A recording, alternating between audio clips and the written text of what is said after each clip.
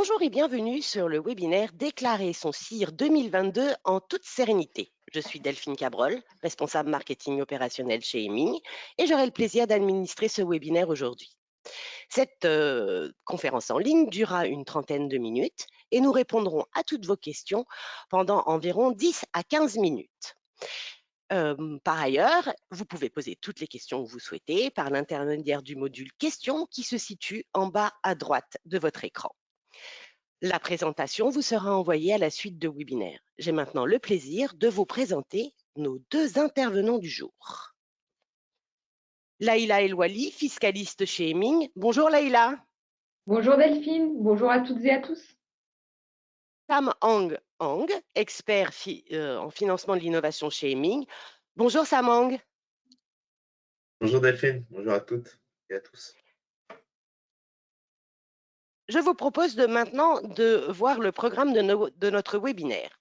Dans un premier temps, nous parlerons de la procédure de déclaration pour l'année 2023, les bonnes pratiques et le formalisme attendu par les organes de contrôle, les actualités portant sur le guide MESR 2022, les dépenses de personnel, la sous-traitance, puis nous verrons dans un deuxième temps que pouvez-vous faire avec votre créance CIR et nous aborderons également pour terminer les actualités jurisprudentielles. Je laisse maintenant la parole à Laïla pour tout ce qui est procédure de déclaration de votre CIR 2022. Laïla, c'est à toi.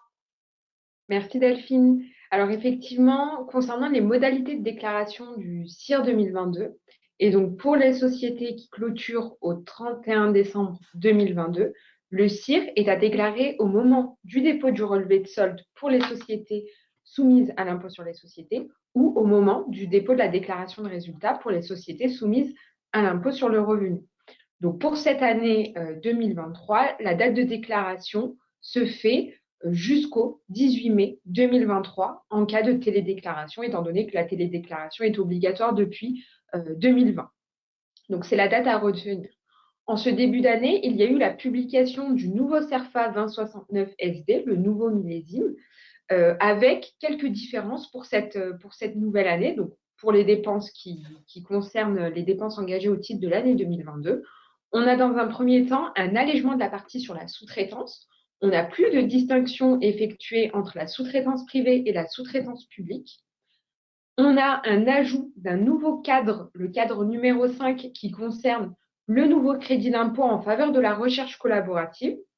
Et enfin, on a une nouvelle annexe, en plus des deux annexes déjà existantes, une annexe 2069 A3 SD, qui est à compléter dans le cas où vous déclarez du crédit d'impôt en faveur de la recherche collaborative en plus du crédit d'impôt recherche, et dans laquelle il faudra indiquer la liste des organismes de recherche et de diffusion des connaissances avec lesquels vous collaborez et le montant des dépenses ouvrant droit à ce nouveau crédit d'impôt en faveur de la recherche collaborative.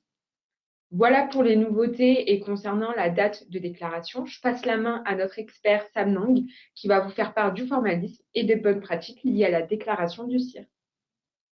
Merci Leïla. Oui, effectivement, pour aborder sereinement la déclaration de votre CIR, je vous propose de voir ensemble les bonnes pratiques de justification scientifique au cas de contrôle du CIR. Et pour cela, vous voyez ici affiché le canevas de rédaction qui est issu du guide MESR 2018 et qui est toujours d'actualité dans le guide 2022. Alors, ce canevas de rédaction qui est focalisé sur l'opération de R&D est le meilleur moyen pour démontrer que votre projet respecte les 5 critères d'éligibilité au titre du CIR. Alors du coup, comme bonne pratique, en amont de la déclaration, il est intéressant de s'appuyer sur ce canevas, d'anticiper le remplissage de chacune des rubriques pour chacun des projets et d'en faire une cartographie sur l'ensemble des projets. Ainsi, vous pourrez voir le risque associé à la valorisation de chacun des projets dans le cadre du CIR. Autre bonne pratique, c'est d'anticiper la collecte et la formalisation des livrables, et ça en temps réel. Pourquoi? Parce qu'il est toujours plus aisé de réaliser cette action au fur et à mesure que quelques années après, lorsqu'un contrôle se déclenche. Du coup, là, je vous propose de passer à la slide suivante sur le diagramme sur les opérations de R&D, qui est une nouveauté du guide 2022. Alors ici, vous pouvez voir que dans le guide 2022, dans ce diagramme-là, on voit clairement la démarche en orange qui conduit à des travaux éligibles avec la mise en avant de la démarche scientifique et de la valorisation scientifique des résultats. Ici, donc, il faut pouvoir démontrer que dans le cadre de travaux systématiques, on a un verrou scientifique qui ne trouve pas de solution dans l'état de l'art, dans la partie orange, ce qui fait que du coup, on rentre dans une opération de R&D éligible au CIR. À l'issue de cette opération, on génère des connaissances qui enrichissent l'état des connaissances. Ce qui est intéressant et qui est nouveau dans ce diagramme par rapport au rapport 2021, c'est le fait que dans les tâches incluses dans l'opération de R&D, on voit que l'analyse de l'état de l'art initial ne fait plus partie de ce bloc en bleu. En revanche, on voit l'intégration de la brique valorisation et communication. Ce listing est une information intéressante dans le cadre de la valorisation des dépenses de R&D et des temps à prendre en compte pour les frais de personnel de chercheurs et de techniciens. Je vous propose de voir toujours sur l'éligibilité technique les précisions sur la notion de développement expérimental. Alors, cette notion de développement expérimental peut être compliquée à appréhender et du coup, le MESR a proposé une qualification de développement à titre expérimental. Du coup, on se situe toujours dans des travaux systématiques en vue de lever un verrou, mais qui est clairement identifié. Et il ne faut pas juste avoir une incertitude sur l'atteinte du résultat qui a été visé auparavant. Par rapport à l'atteinte des 5 critères, le critère de nouveauté, lui, s'apprécie au niveau des connaissances scientifiques et techniques générées. Il ne doit pas s'apprécier au niveau du produit ou du service y afférent. Avec ces éléments apportés par le guide du MESR, on se rend compte que les 4 piliers pour l'analyse d'éligibilité, c'est 1, l'identification du verrou, 2, une analyse critique de l'état de l'art pour challenger si le verrou est solide vis-à-vis de la littérature accessible. Il faut avoir une démarche scientifique structurée, systématique, qui vise à lever ce fameux verrou. Et enfin, on dresse un constat sur les connaissances scientifiques qui ont été générées. On va passer sur la slide suivante pour faire un petit focus sur la recherche clinique.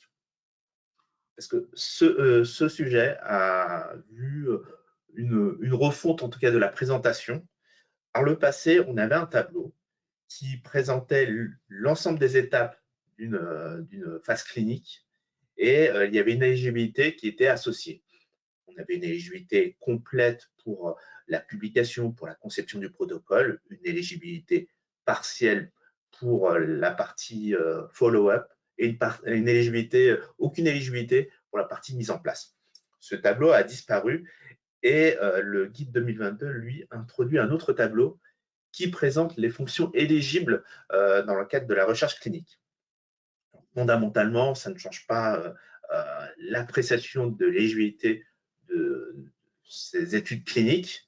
Pourquoi? Parce qu'en fait, on a toujours une éligibilité par convention des études de phase 1 à phase 3. Et avec la réserve, une admissibilité des coûts qui est réservée aux seules activités essentielles aux investigations cliniques scientifiques. Là, l'intérêt de cette nouveauté, c'est d'introduire une distinction. Le guide du MESR, effectivement, propose de distinguer les études interventionnelles de phase 4, qui seraient éligibles au CIR, alors que les études observationnelles de phase 4 ne le seraient pas. Pour simplifier cette lecture, elle propose de s'appuyer sur des indicateurs de soumission réglementaire pour facilement s'y repérer. Elle précise toutefois que pour les études de phase 4 observationnelles, on pourrait avoir des indicateurs très forts de R&D, comme par exemple une publication dans une revue de très haut niveau, type Nature, et pour le coup, l'étude observationnelle serait éligible. Alors, cette précision, elle est certes intéressante. Pour autant, si elle est prise à la lettre, ça pourrait être un danger. Pourquoi? Parce qu'en fait, une étude de phase 4, observationnelle, certes, mais qui génère des connaissances et qui ferait l'objet que d'une publication dans une revue scientifique à impact factor modéré, elle pourrait être retoquée parce qu'elle n'aurait pas été dans une revue de très haut niveau, ce qui pourrait être discriminant par rapport à de la recherche réalisée dans une autre activité où il n'y a pas une discrimination en fonction du niveau de la revue scientifique. Je vais maintenant passer la main à Leïla qui va vous présenter l'actualité sur les dépenses de personnel. Merci Sanang. Nous allons effectuer un premier focus, un deuxième focus d'ailleurs sur les dépenses de personnel, postes de dépenses particulièrement suivis par les vérificateurs. On voulait vous présenter, et selon notre retour d'expérience contrôle, 3 sujets qui peuvent être contrôlés et challengés par les organes de contrôle sur ce poste de dépense-là. On retrouve, dans un premier temps, la qualification des personnels éligibles. Ensuite, on retrouve les temps consacrés au projet de R&D et enfin, la justification des temps passés liés aux différentes phases de R&D. On va bien entendu préciser ces trois points. Donc, une fois les projets éligibles identifiés, selon les précisions notamment et les nouveautés apportées par Sanang, il est possible de valoriser le personnel ayant travaillé sur ces projets. Par contre, il faudra être en mesure de justifier avec précision et rigueur le temps des salariés ayant travaillé sur ces différents projets. Il faut être en mesure de justifier ces temps par tout moyen de preuve, c'est-à-dire que l'administration fiscale n'a pas indiqué de méthode de preuve pour justifier ces temps. Donc, dès lors, vous avez toute latitude pour prouver par tout moyen les temps valorisés. Notre retour d'expérience démontre que la méthode la plus sécurisée, c'est de tenir à la disposition de l'administration fiscale une base de pointage à tenir à jour au fil de l'eau pendant que vos salariés travaillent sur vos travaux de R&D. Avoir une base de pointage, un système de pointage n'est pas une obligation légale. Par contre, déterminer ces temps avec précision et rigueur, c'est une obligation doctrinale et c'est systématiquement demandé par l'administration fiscale. En conclusion, concernant les attentes des administrations fiscales, on retrouve une répartition du temps par projet et par personne.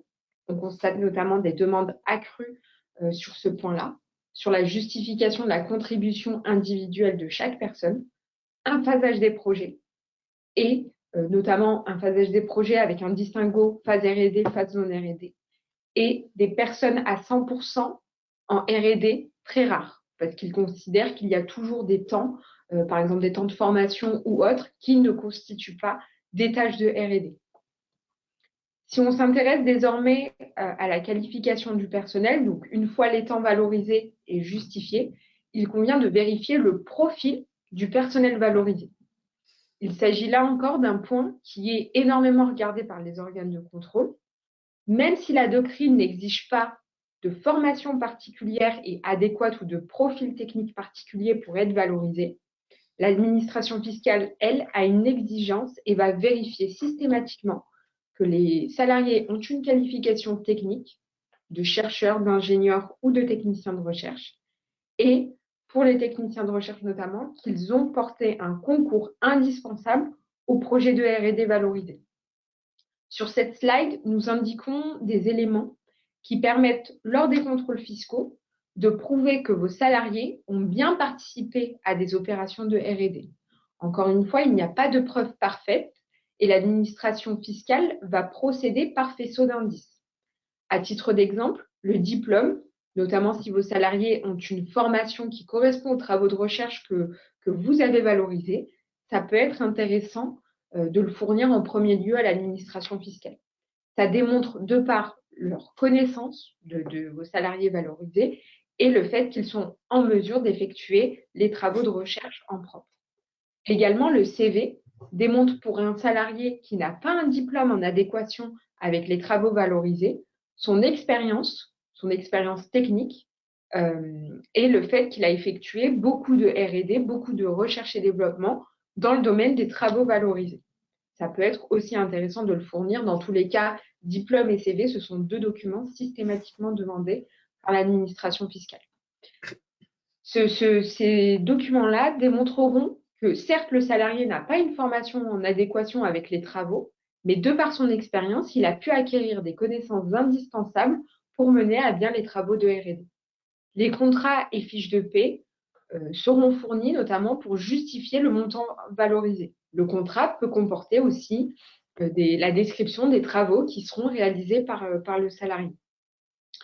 La fiche de poste peut être intéressante à fournir si vos salariés ont dans cette fiche de poste une description de leurs travaux et de leurs tâches, et notamment si une partie de cette fiche de poste comprend une partie importante consacrée à la R&D.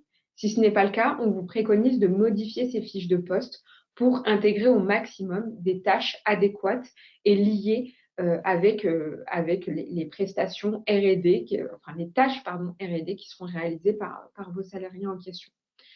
Également, et là c'est du plus, si vos salariés ont délivré des livrables durant l'année et qu'il est clairement indiqué comme réalisé par le salarié en question, il peut être intéressant de le fournir en cas de contrôle. Et enfin, c'est vraiment une liste exhaustive pour fournir un ensemble de preuves qui va vous permettre de prouver à l'administration fiscale que vos salariés ont à la fois un profil technique et qui leur permet de faire de la R&D et donc d'être valorisés au crédit d'impôt recherche.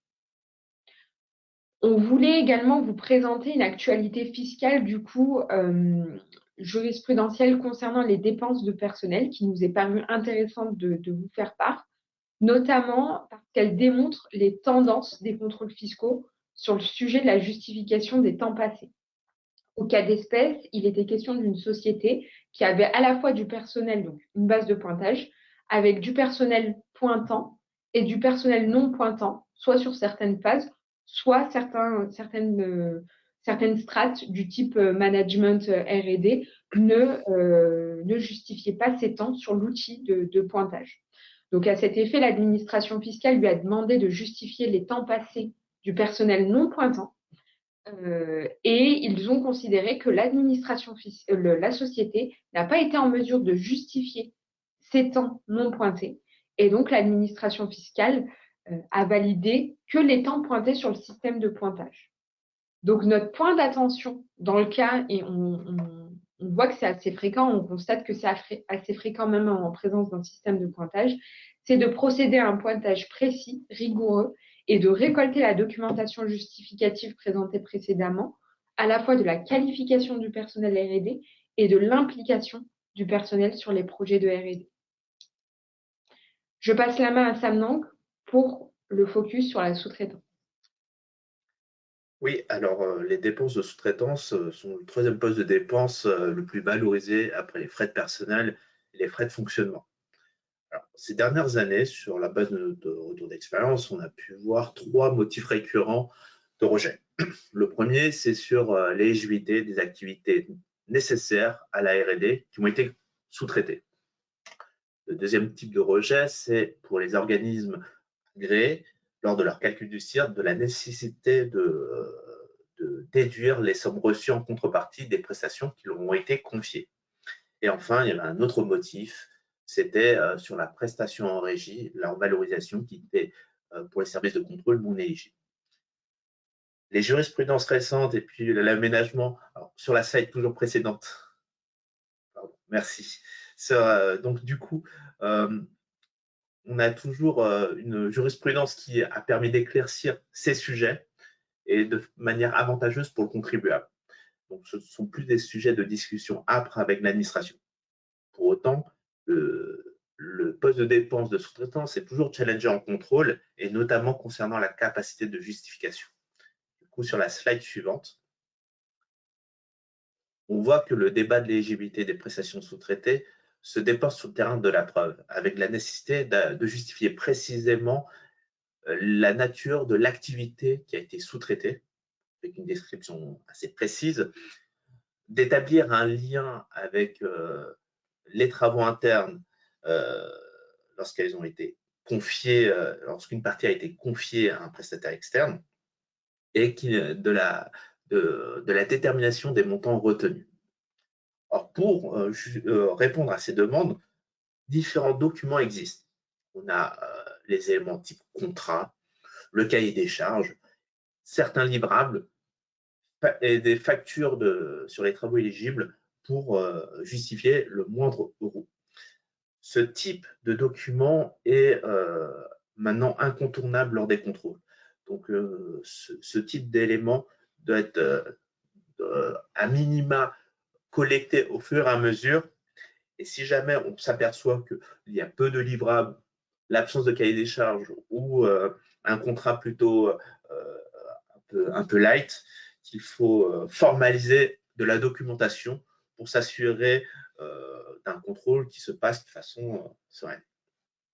Ensuite, je vous propose de regarder un point qui va devenir de plus en plus crucial, c'est l'agrément. Effectivement, pour déclarer sereinement son crédit d'impôt recherche, il faudra accroître sa vigilance sur les demandes d'agrément. Pourquoi? Parce que maintenant, il n'y en a pas que deux types d'agréments, il y en a trois. Il y a le crédit d'impôt recherche, le crédit d'impôt innovation et l'agrément maintenant pour la recherche collaborative en faveur le crédit d'impôt en faveur de la recherche collaborative. Par le passé, cet agrément était sollicité par les organismes publics, les organismes privés, pardon. Les organismes publics, eux, avaient cet agrément d'office. Depuis 2022, cet agrément doit être également sollicité par l'organisme public. Il faut s'assurer que cette demande a été bien réalisée. Et enfin, on a un calendrier de dépôt qui est assez précis en fonction que ce soit une première demande ou un renouvellement. Et on peut voir aussi que ce calendrier peut fluctuer, comme on va le voir juste après. Sur la base de notre retour d'expérience, on s'aperçoit que le traitement est long, même parfois très long. Le délai affiché par le guide, par le site du ministère de la Recherche est de 8 mois. Nous, on a pu constater des délais qui allaient au-delà des 8 mois, voire même au-delà des 12 mois. On a même eu des cas exceptionnels où le MESR, après un an de traitement, a décidé exceptionnellement d'accorder un agrément pour une année d'1 an. Et cet agrément a été rendu sans expertise de MESR. Cas très exceptionnel. Pour solliciter un agrément, il y a deux moyens. Le premier moyen, c'est d'utiliser la plateforme numérique. Or, depuis déjà quelques semaines, et on ne sait pas quand est-ce qu'elle sera redisponible, la plateforme numérique est hors d'usage. Alors, il y a le second moyen qui n'était pas prioritaire, c'est l'envoi postal avec une clé USB. Les problématiques rencontrées au niveau de la plateforme numérique pourraient expliquer que la date limite de dépôt ait été repoussée au 30 avril 2023. Toujours concernant les demandes d'agrément, on peut aussi voir dans le guide une mention intéressante sur le transfert d'agrément entre une entité à une autre, notamment en cas de fusion. Et cette demande, elle se fait sur simple demande écrite. Par contre, il n'y a pas d'effet rétroactif. Enfin, pour finir sur les demandes d'agrément, on s'aperçoit que la procédure de demande d'agrément pour les experts individuels dépend si l'expert qui sollicite cet agrément détient un doctorat ou pas, et en fonction de sa publication scientifique récente. Je vous propose de voir un autre point important dans la vie du crédit d'impôt recherche, c'est son utilisation. Donc, on a vu qu'il fallait être précautionneux sur la sélection des projets, avec justement l'actualité apportée par le guide MESR. On a vu les différentes échéances pour la déclaration. Maintenant, il faut pouvoir l'utiliser. Le premier usage, c'est de l'imputer sur son IS ou son IR. Toutefois, s'il n'est pas possible d'imputer tout ou partie de son crédit d'impôt recherche sur son impôt, différentes possibilités s'offrent à vous. Premier cas, le cas pour les PME au sens communautaire, les jeunes entreprises innovantes et d'autres régimes de faveur vous permettent de demander un remboursement immédiat de votre créance de CIR auprès de votre SIE. C'est une demande de restitution qui peut prendre entre 1 à 6 mois. Si vous ne partenez pas à ce régime de faveur, alors vous avez la faculté de pouvoir imputer sur l'IS des 3 exercices suivants. Si au-delà de cette période, il vous reste encore un reliquat de cire, vous avez la faculté, alors cette créance est dite remboursable, et vous avez la faculté, là, comme les paiements sens communautaires, mais au bout de 3 ans, de solliciter un remboursement. Vous avez également la possibilité de l'imputer sur une autre échéance fiscale, type la TVA. Là, on voit sur cet horizon assez long. Parfois, on peut avoir un besoin de trésorerie très urgent, et pour le coup, il y a d'autres solutions qui existent.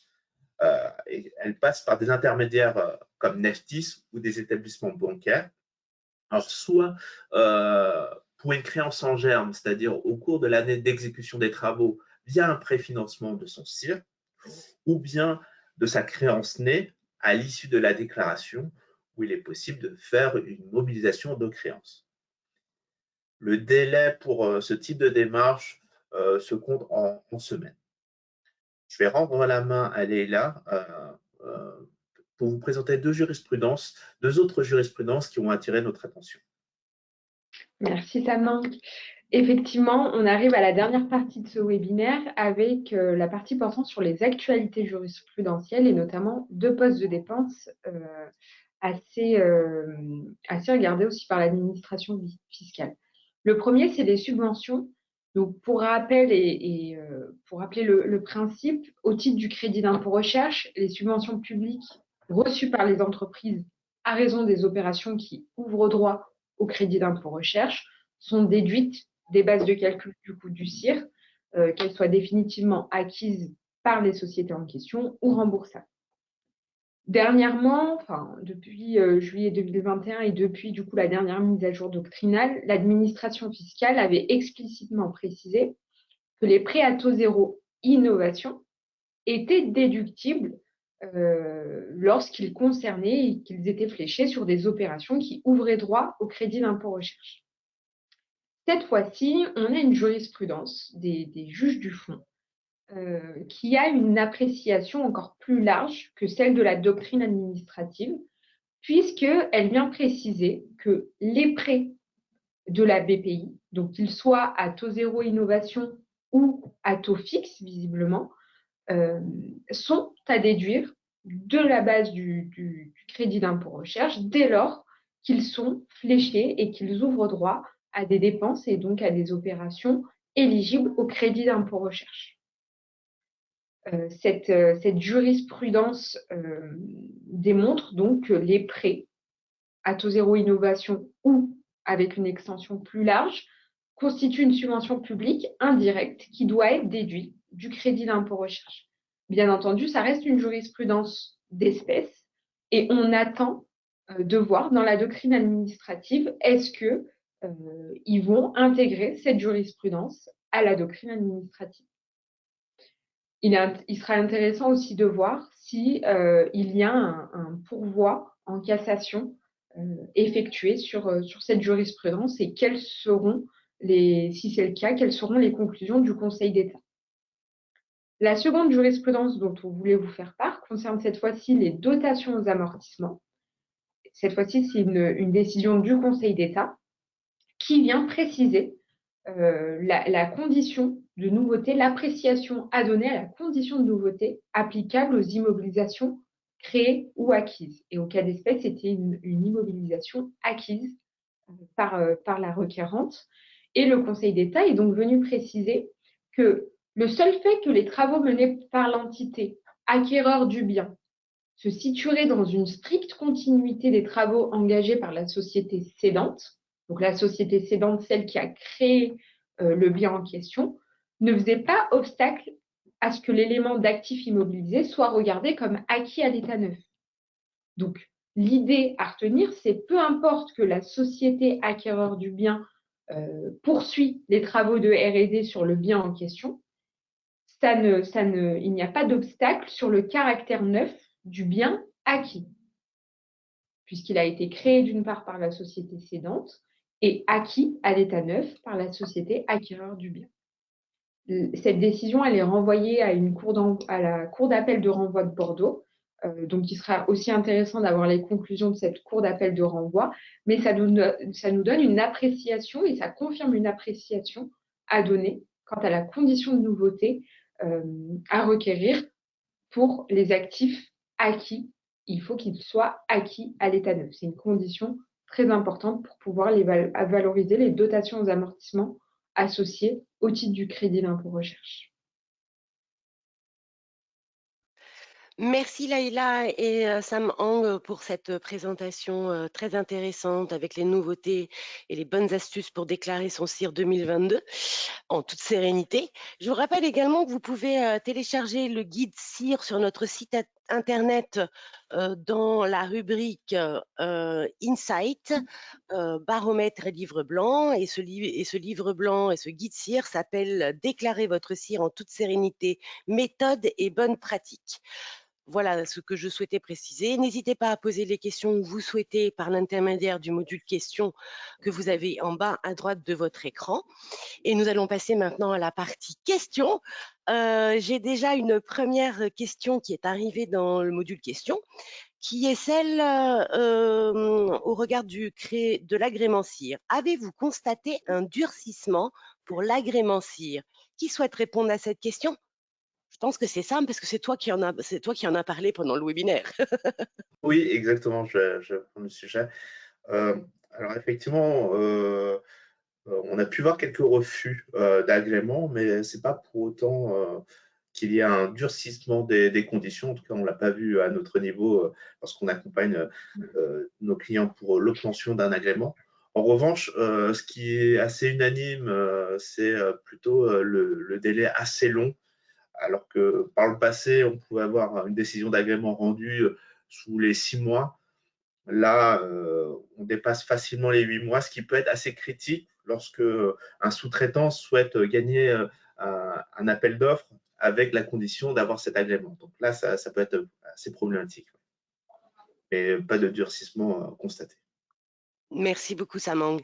J'ai une deuxième question qui est arrivée dans le chat. Je vais la poser de ce pas. Quel est le niveau minimum pour justifier la détermination des temps de R&D des chercheurs et des techniciens? Qui souhaite prendre cette question? Je peux y répondre. Merci, Laïla. Si on doit définir vraiment un niveau minimum, la base, selon nous, c'est vraiment de détenir un relevé des temps précis et rigoureux, complété de façon assez régulière et précise. Donc, on ne dit pas forcément chaque semaine, mais à minima par mois, par trimestre. Mais voilà, vraiment avoir un détail des temps précis et rigoureux, corroboré et élaboré aussi, notamment par le biais des extracts agenda, par exemple. Pour vraiment avoir évité cette approche au forfait qui est reprochée par l'administration fiscale et non acceptée par l'administration fiscale, ce qui est logique. Et au mieux, au maximum, si je dois définir un maximum, c'est vraiment avoir un outil de pointage et challenger cet outil de pointage. C'est-à-dire, est-ce que on ne peut pas l'améliorer si vous en avez déjà un par un phasage par tâche, etc. Enfin, voilà.